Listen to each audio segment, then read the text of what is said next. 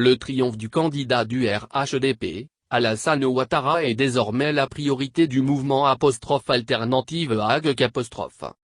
Au cours d'une rencontre avec la presse au Sofitel Abidjan Hôtel Ivoire à Cocody, le président de ce mouvement, Ouattara Dramane Ditod a mobilisé hier toutes ses coordinations à travers les régions du pays afin qu'elles investissent le terrain. Elles ont pour but de vendre la candidature du porte-flambeau de la formation politique des Oufouettisites.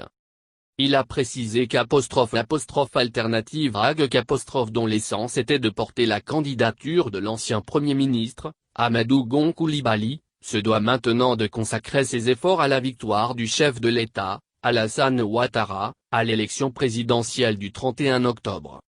Alternative Hague déploiera ses efforts et investira davantage le terrain politique pour la victoire du candidat du RHDP, Alassane Ouattara, au soir de l'élection présidentielle du 31 octobre.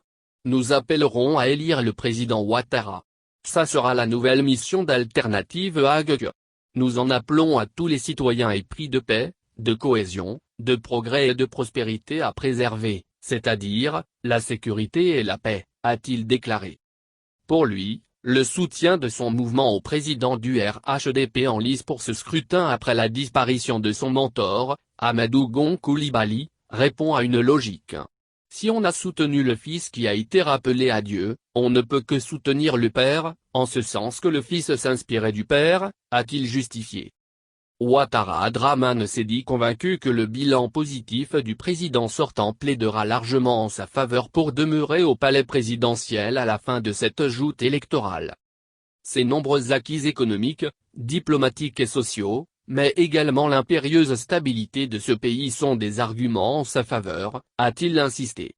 Avant de spécifier Alternative Hague n'est pas un mouvement politique RHDP, mais un mouvement d'appui et de soutien au RHDP dirigé vers les citoyens qui ne sont pas militants de l'alliance au pouvoir.